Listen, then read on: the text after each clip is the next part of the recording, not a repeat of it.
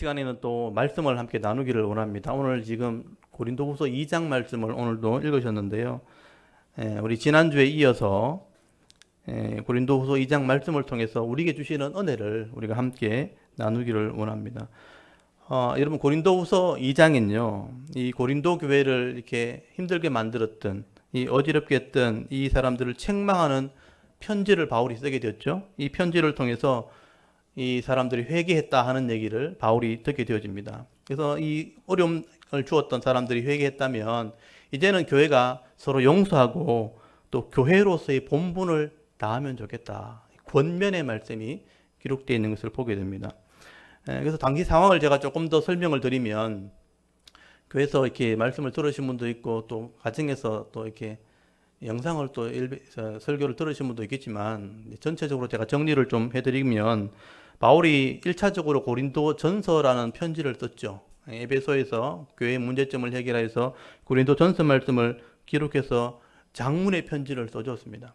근데 그 말씀을 읽고도 교회 성도들이 회개를 하지 않았죠. 그래서 바울이 그 직접 가서 책망하기 위해서 2차로 고린도 교회를 방문을 하게 됩니다. 근데 그때 거기 있는 거짓 사도들이나 반대하는 사람들 때문에 바울이 만나지 못하고, 성도들을 만나지 못하고 그냥 돌아오는 일이 있게 됩니다. 그게 고린도후서 뒤에 기록이 되어 있어요. 그냥 아무 성과 없이 돌아오게 되었을 때 바울이 굉장히 화가 나고 분이 나서 세 번째 방문을 계획하려고 하다가, 하나님의 은혜로 이렇게 화가 나서 분이 나서 교회를, 성도들을 만나는 것보다 차라리 편지를 써서 권면하고 책망하는 게 낫겠다. 그래서 편지하는 것을 선택을 하게 됩니다. 그래서 그게 고린도후서 1장에 다 기록이 되어 있었죠. 지난주 말씀에. 직접 가서 엄하게 책망하려고 하다가 화가 나서 만나는 것보다는 편지를 쓰는 게 좋겠다. 그래서 엄한 편지를 디도를 통해서 보내가지고 그 편지를 읽고 성도들이 회개했다는 얘기를, 보고를 바울이 받게 되는 것입니다. 그래서 이 회개했다는 얘기를 듣고 난 뒤에 바울이, 그렇다면 우리 교회가 이제 서로 용서하고 사랑으로 하나 되는 것이 하나님 뜻이다 하면서 고린도 후서를 이제 기록하게 된 거죠. 그리고 고린도 후서 이 내용이 기록이 되어 있는 것입니다. 그래서 이런 내용을 알고 우리는 2장을 한번 보시면요. 오늘 2장에 보시면 거기 고린도 후서 1장에서 바울이 처음에 방문을 하려고 하다가 취소하고 편지를 쓰게 되었다 하는 것을 먼저 밝혀놨죠. 그리고 편지를 쓰게 된 이유를 이제 2장에서부터 설명을 하게 되는 것입니다. 그래서 바울이 이렇게 결정한 것은 하나님의 뜻이라는 거예요. 하나님이 그런 은혜를 베풀었고 하나님이 그런 마음을 주셔서 바울이 교회를 사랑하는 마음으로 이제 편지를 쓰게 되었다 하는 얘기를 하게 된 것이죠. 여러분 2장 1절 한번 보십시오. 여기 보시면, 내가 다시는 너에게 근심 중에 나가지 아니하기로 스스로 결심하였노니, 내가 너희를 근심하게 한다면 내가 근심하게 한 자밖에 나를 기쁘게 할 자가 누구냐, 이렇게 시작을 하게 되죠. 이게 1장과 이렇게 연결되어 있는데, 근데 2장 1절을 잘 읽어보시죠. 처음에 저도 이걸 읽을 때 이게 무슨 말인지를 잘 모르겠는 거예요. 그러니까 말이 좀 꼬여 있다는 거죠. 다시 제가 한번 읽어볼게요. 내가 다시는 너에게 근심 중에 나가지 아니하기로 스스로 결심하였노니, 요건 이해가 되죠. 근데 2절에 내가 너희를 근심하게 한다면 내가 근심하게 한 자밖에 나를 기쁘게 할 자가 누구냐, 이게 무슨 말인지 딱 와닿지 않는 거죠. 이게 이제 반대로 이렇게 번역이 되어 있어요. 이게 어떤 말이냐면, 나를 기쁘게 할 사람이 너희밖에 없다는 거죠. 성도들밖에 없다는 거죠. 근데 내가 근심을 가지고 나간다면 나를 기쁘게 할 자가 누구겠느냐. 그래서 내가 근심 중에 분을 품고 화를 내어서 너희에게 나가지 않기로 스스로 결심했다. 나를 기쁘게 할 자가 너희들이다. 그런데 근심을 가지고 나간다면 너희가 나를 기쁘게 할 수 있겠느냐, 그 얘기인데 지금 여기 꼬여 있는 것을 보게 되죠. 그래서 여러분, 사람이 다툼이 생겼을 때 사실은 이제 오해가 생기고 신뢰가 떨어지면 무슨 말을 해도 납득이 되지 않는 거예요. 그래서 이제 오해를 풀려고 갔다가 그게 말이 안 돼가지고 더 분을 내는 경우가 있죠. 그래서 서로 다툼이 또 일어나고 화해하러 갔다가 더 큰 싸움을 하게 되고 다시는 해결할 수 없는 일도 일어나는 일들을 경험하게 되는 거죠. 사람이 생각이라는 게 참 쉽지 않다는 거죠.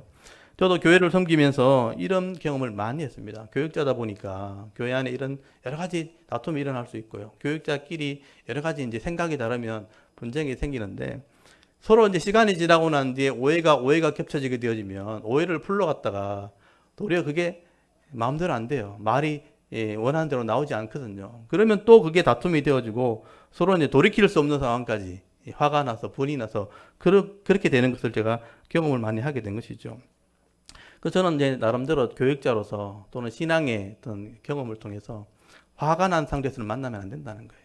그렇게 만나면 분명히 문제가 생깁니다. 여러분 가족도 그래요. 부모 간에 자식 간에도 서로 오해가 생겨가지고 풀러갔다가 도리어 더 큰 싸움을 벌이는 경우도 있습니다. 쉽지 않다는 얘기죠. 바울도 마찬가지죠. 감정으로 이렇게 만나면 다툼이 생길 게 분명하다는 거죠. 그래서 하나님이 주신 지혜가 뭐냐? 이렇게 감정적으로 만나기보다는 말씀대로 순종해서 편지를 쓰는 게 낫겠다. 이 바울의 성숙함을 여기서 이제 배우게 되는 거죠. 이게 경험이라는 경험, 신앙이라는 것입니다. 바울도 처음에는 이렇게 하지 않았어요. 바울이 1차 전도할 때요. 화가 나고 분이 나면요. 막 주장했습니다. 주장해서 싸웠습니다. 이런 바울이 처음에 1차 전도행 출발하자마자 구브로셈에 갔을 때에 자기를 방해하는 사람을 만났죠. 바 예수라고 하는 이 무당을 만났을 때 복음을 전하는데 계속 방해를 하니까 바울이 참지 않았어요. 그때 바로 직설적으로 바로 얘기해버리죠. 여러분 사도행전 13장 10절에 보시면 나중에 한번 찾아보십시오. 이 악한 사람을 봤나 이러면서 이 마귀의 새끼야 이러면서 그런 표현을 써요. 마귀의 자식아, 이 의의 원수 같은 사람아, 네가 주의 길을 굽게 하는 것을 그치지 않겠느냐 그러면서 바로 막 직설적으로 얘기합니다. 그리고 당장 네 눈이 멀기를 바란다 하고 하나님께 이렇게 호소하게 될 때 여러분 그 사람 눈이 멀게 돼요. 그런 기적이 나타납니다. 표적이 나타나니까 사람들이 두려워하게 되는 일들이 일어나게 되죠. 바울이 처음에는 마음이 맞지 않으면요 바로 그냥 직설적으로 막 이렇게 다투었다는 거죠. 또 1차 전쟁할 때 마가 요한이 신앙이 맞지 않는 거예요. 그래서 요한에게 막 대들었죠. 또 책망을 하게 되죠. 그렇게 하려면 하지 마라 그러면서 성교 와가지고 그렇게 하면 되겠냐 이렇게 다툼을 벌이니까 요한이 집으로 돌아가 버리죠. 서로 다툼이 벌어져 가지고 같이 선교를 하다가 복음을 전하러 왔다가 요한은 중간에 집으로 돌아가 버립니다. 그리고 나중에 그 문제 때문에 바나바하고도 다퉈요. 나는 그런 사람하고 일하기 싫다 이러면서. 그래서 그 정도로 참지 못했어요. 옳은 것을 주장한 거죠. 이렇게 하면 주의 일에 합당하지 않다 하고 바나바가 착한 사람인데 바나바하고도 심하게 다투고서 서로 갈라졌다고 돼 있어요. 바울이 초기에는 그렇게 했다는 거예요. 근데 시간이 지나고 보니까 이게 옳지 않다는 것을 알게 된 것이죠. 조금만 내가 인내하면 서로 두 사람이 합치면 2배의 효과가 나타나는데 혼자 하게 되면요 그만큼 못해요. 여러분 두 사람이 마음이 합쳐지면 부부도 마찬가지죠. 혼자 열심히 사는 것도 잘하지만 두 사람이 마음이 합쳐지면 시너지 효과가 나타나서 더 2배, 3배의 효과가 나타나는데 그걸 다툼을 벌여가지고 혼자 하게 되어지면요 그만큼 불편해지는 거죠. 그래서 여러분 이게 지혜롭지 못하는 것을 바울이 알게 된 거예요. 조금만 내가 인내하고 하나님께 이 믿음으로 아뢰면 하나님이 해결해 주시는 은혜가 있거든요. 그걸 나중에 알게 된 거예요. 그래서 바울이 이렇게 감정적으로 다투는 것보다는 믿음으로 하나 되어지는 것이 더 지혜롭다. 그래서 이제 이 조급한 마음으로 다투기보다 또 자기 주장을 하고 서로 상처를 주는 것보다 믿음으로 하나 되는 것이 훨씬 성숙함이라는 것을 바울이 알게 된 것입니다. 그래서 오늘 본문에 그 얘기를 하고 있는 것이죠. 내가 근심으로 나가가지고 서로 다투는 것보다는 기쁨으로 만나는 게 훨씬 좋겠다. 그래서 여기 3절을 한번 보십시오. 3절에 보시면 내가 기쁨으로 가야 너희들도 기쁨으로 서로 대할 수 있지 않겠는가. 그 얘기를 하는 것이죠. 3절도 한번 보십시오. 내가 이같이 쓴 것은 편지를 선택한 것은 이 말이죠.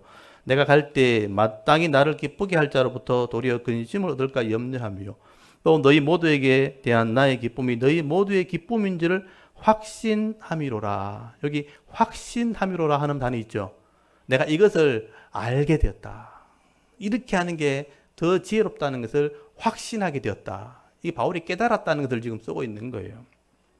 그래서 3절을 다시 한번 조용히 묵상해 보시면 내가 갈 때 마땅히 나를 기쁘게 할 자로부터 도리어 근심 얻을까 염려하여. 기쁨으로 갔는데 기뻐하려고 갔는데 근심이 되면 안 된다 이 말이죠. 감정을 가지고 가면 그렇게 되는 거죠. 근데 너희 모두에게 나의 기쁨이 내가 기쁨으로 나가면 너희 모두의 기쁨이 된다는 것을 확신하게 되었다. 내가 기쁨으로 가야 그 사람도 기쁨으로 맞아준다는 거예요.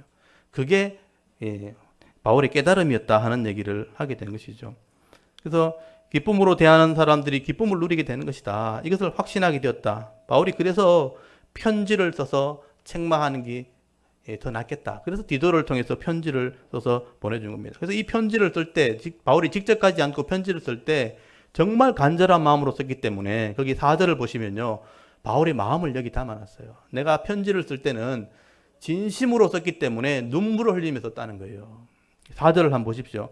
내가 마음에 큰 눌림과 걱정이 있어 많은 눈물로 너희에게 썼노니 이는 왜 이렇게 했냐 하면 이는이란 말은 왜냐하면 너희로 근심하게 하려 한 것이 아니요 오직 내가 너희를 향하여 넘치는 사랑이 있음을 너희에게 알게 하려 함이라.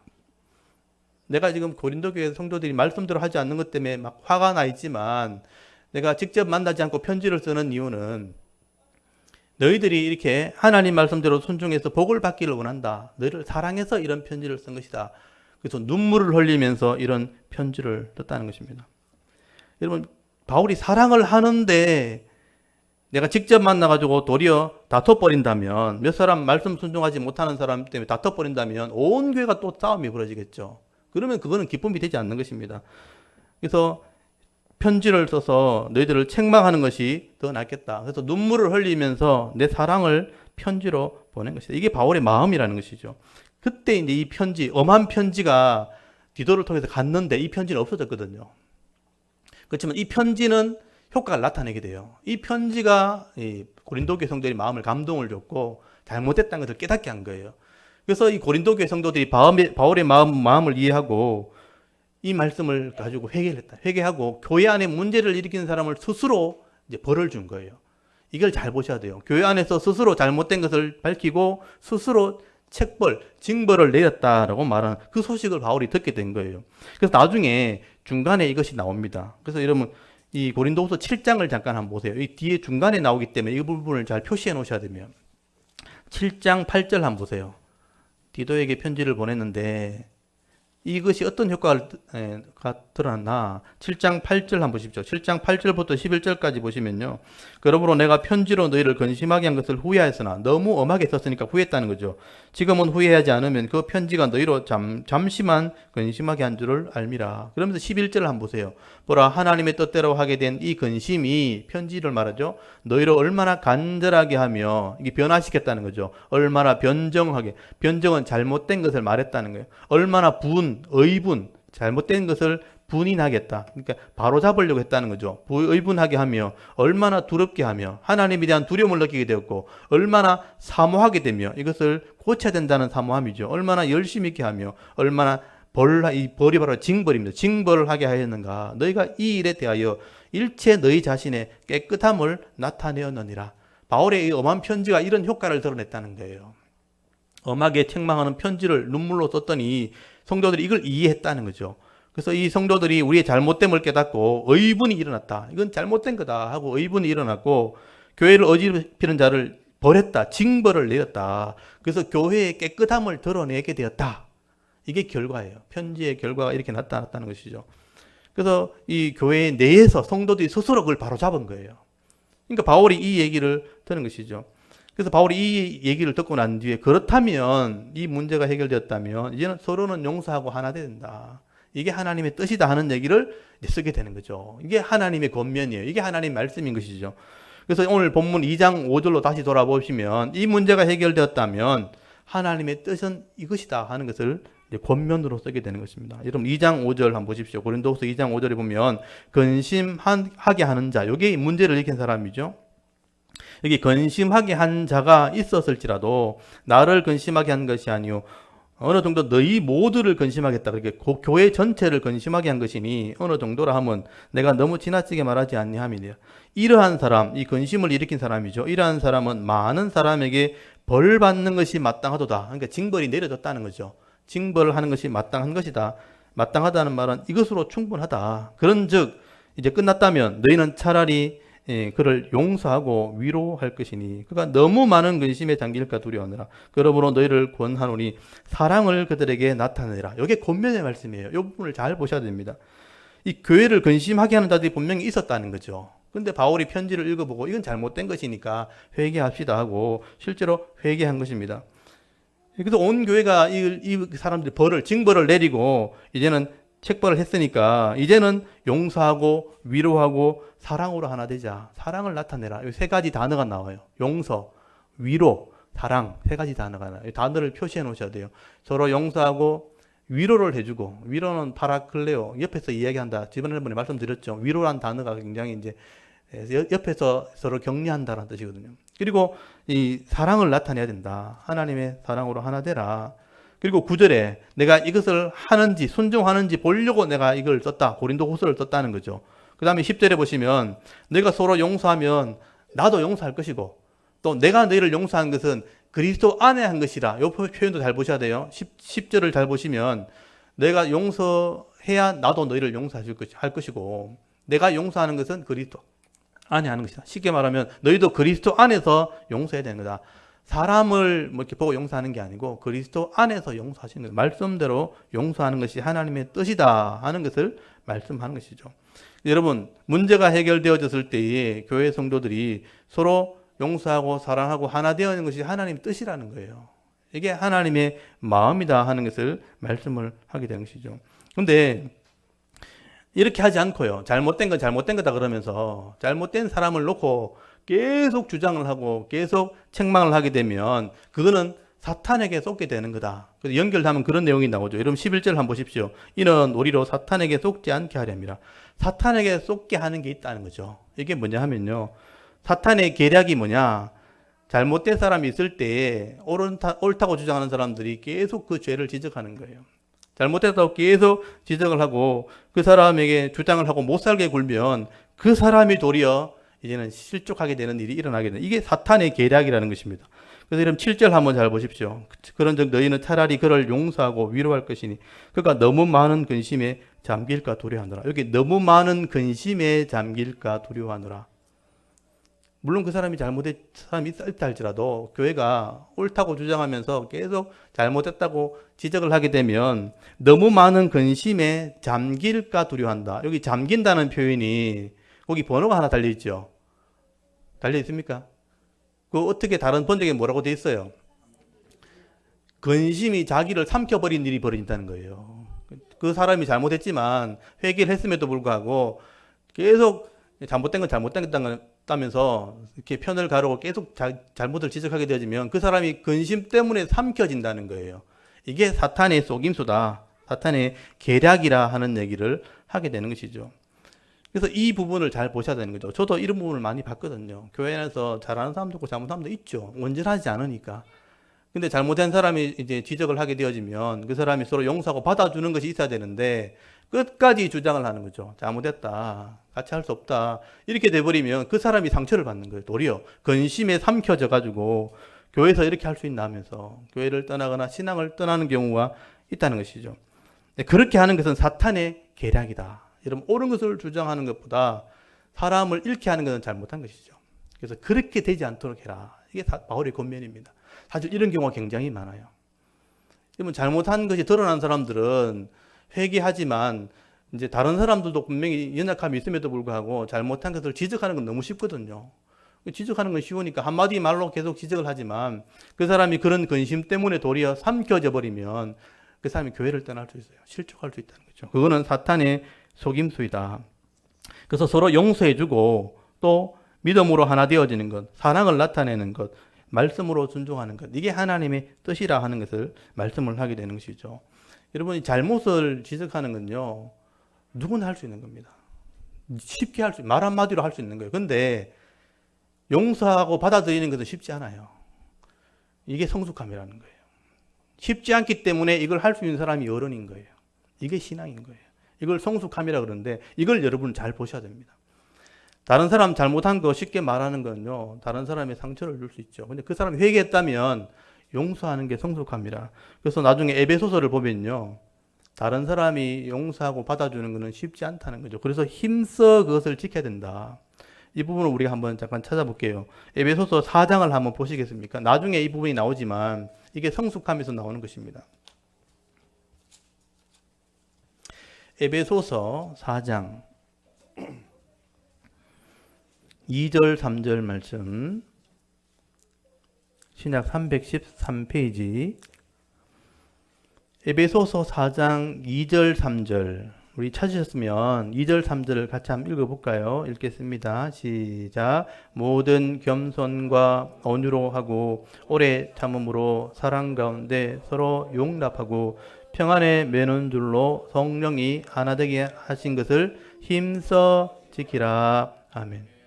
이 부분을 한번 잘 보십시오.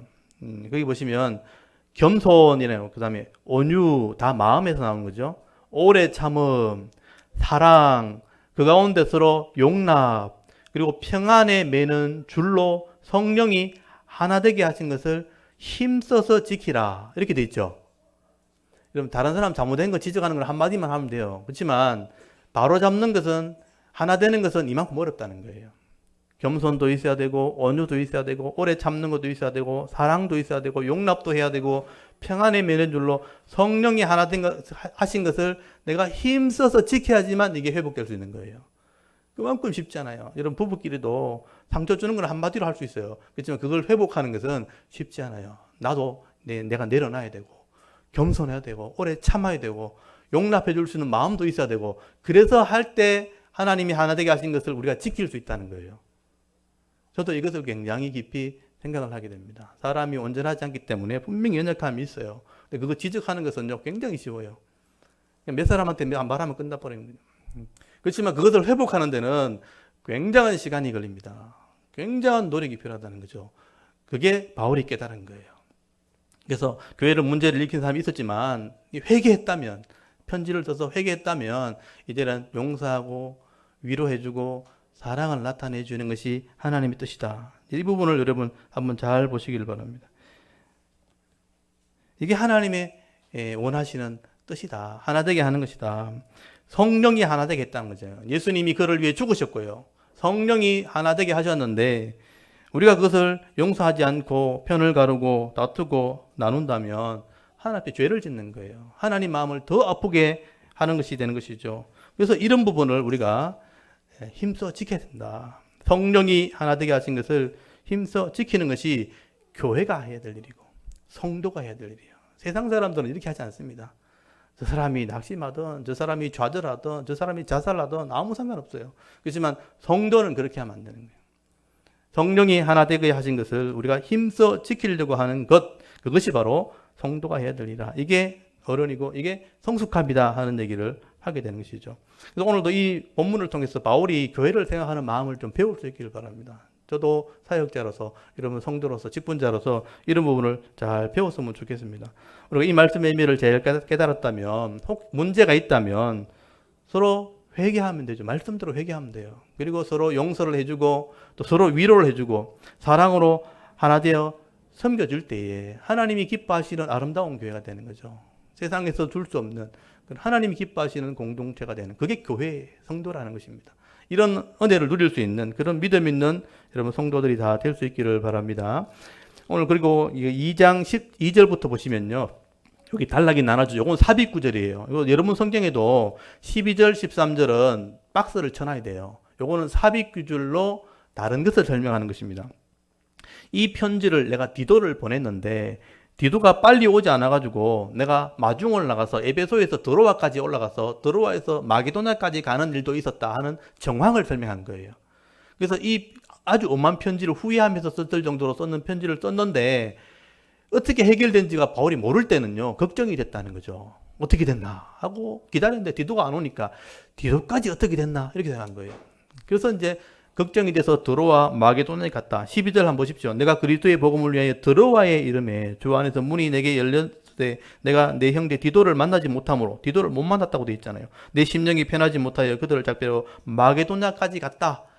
엄한 편지를 보내놓고 해결될 것을 몰랐을 때는 디도가 문제가 생긴 줄 알고 마게도냐까지 찾아갔다는 거죠. 그리고 거기 7장 5절 한번 보세요. 이게 이제 연결돼 있고 이렇게 떨어져 있기 때문에 잘 이렇게 안 보이시는데 잘 보셔야 됩니다. 7장 5절 한번 보세요. 7장 5절에 우리가 마게도냐 이르렀을 때, 아까 마게도냐 갔다고 돼 있잖아요. 마게도냐 이르렀을 때도 우리 육체가 편하지 못하였고 사방으로 환난을 당하여 밖으로는 다툼이요 안으로는 두려움이었노라. 그러나 낙심한 자들을 위로하시는 하나님이 디도가 옴으로 우리를 위로하셨으니 그가 온 것뿐 아니요 오직 그가 너에게 받은 그 위로로 위로하고 너희의 사모함과 애통함과 나를 위하여 열심히 있는 것을 우리에게 보고함으로 나를 더욱 기쁘게 하였느니라. 여기 보시면 너희들이 애통했다, 회개했다는 것을 보고해 주었다. 그 편지의 결과를 알게 되었다는 것이죠. 그래서 바울이 막 근심을 하다가 마게도냐까지 찾아갔다가 디도가 와서 이 문제가 해결됐다는 얘기를 들었을 때 회개했구나, 해결됐구나, 그 얘기를 들었다는 거죠. 그래서 그렇다면 우리가 하나님의 뜻을 따라서 이 말씀에 순종하여서 이제는 능력 있는 삶을 살아야 된다.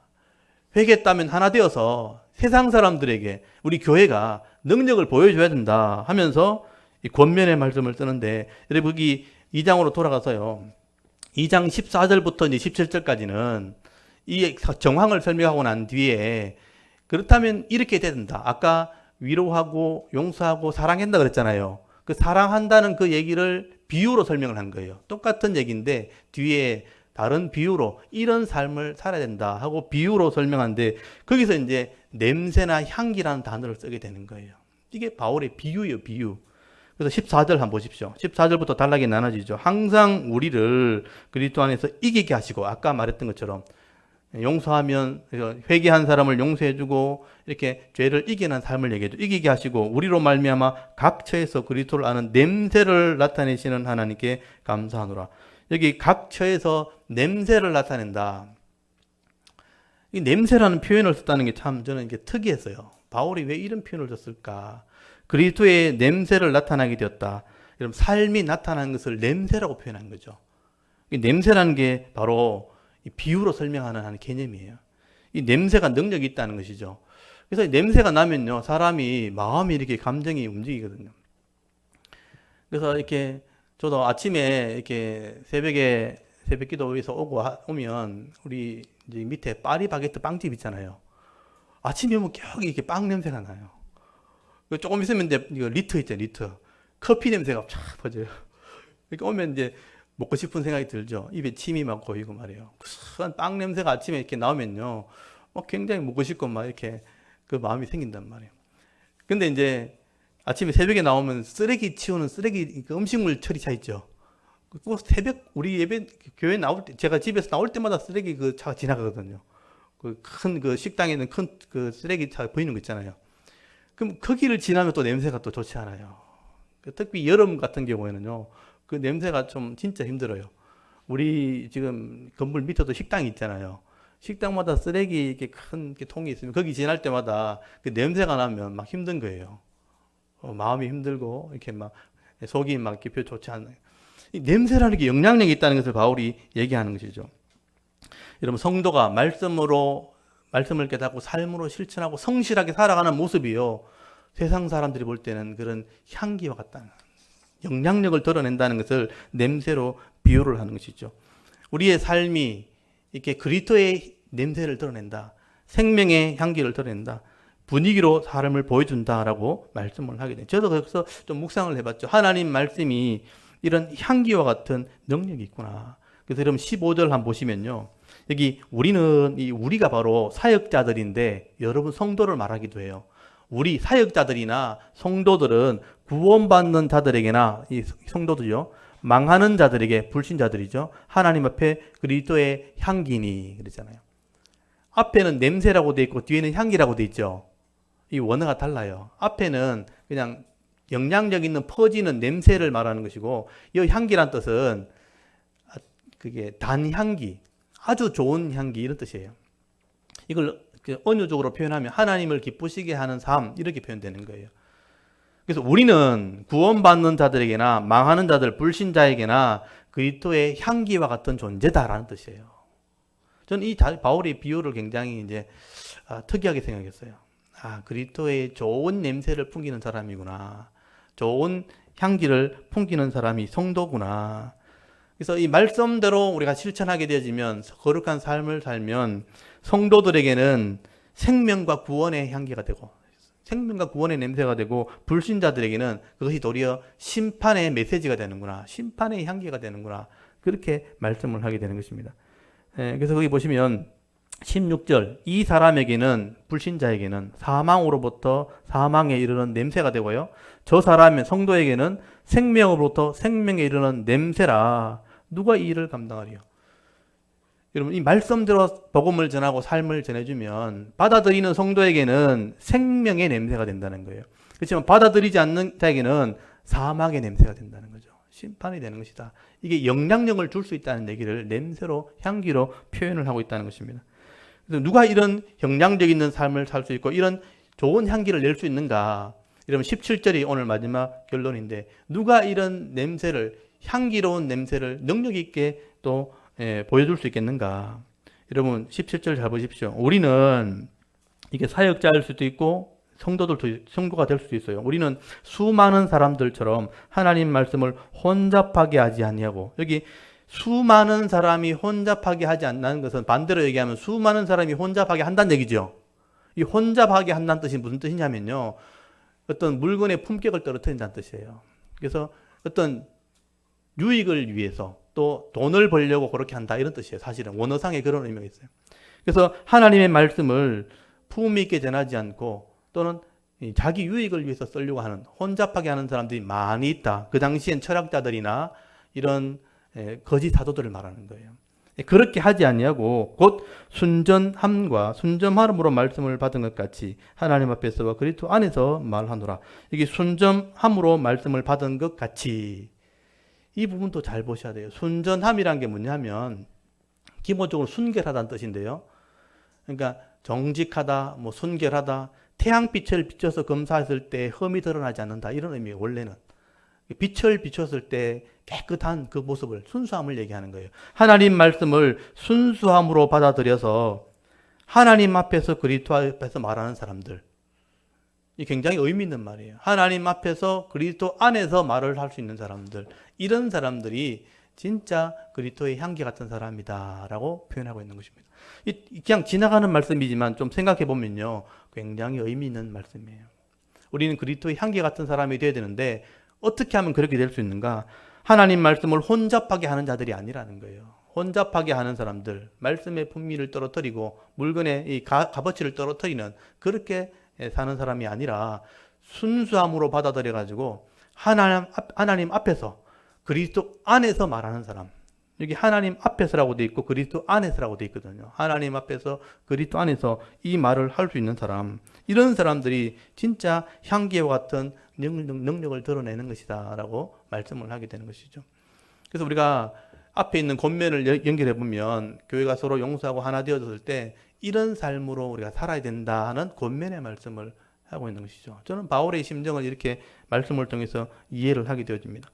바울이 이렇게 말씀대로 순수하게 깨닫고 말씀을 행하게 되어지면 각 처에서 이런 향기를 드러나는 일들이 일어나게 될 것이다. 그래서 바울은 에베소에서 그리고 마게도냐에서 또 빌립보에서 데살로니가 교회에서 또는 이 고린도에서 이런 말씀대로 우리가 순종하는 삶을 살아가게 되어질 때에 사랑하고 용서하고 순종하면 이 향기가 그곳에 드러나지 않겠는가. 각 처에서 이런 향기와 그리스도의 이 생명의 향기가 넘쳐나지 않겠는가. 바울이 그렇게 하고 있는 것이죠.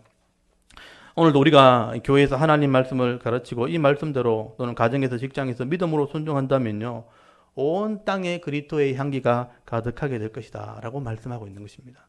여러분이 이 말씀을 제대로 깨닫기만 한다면 이 하나님 말씀에 믿음으로 순종하는 삶을 살아간다면 여러분의 있는 가정, 여러분의 직장에 이런 향기가 드러나지 않겠습니까?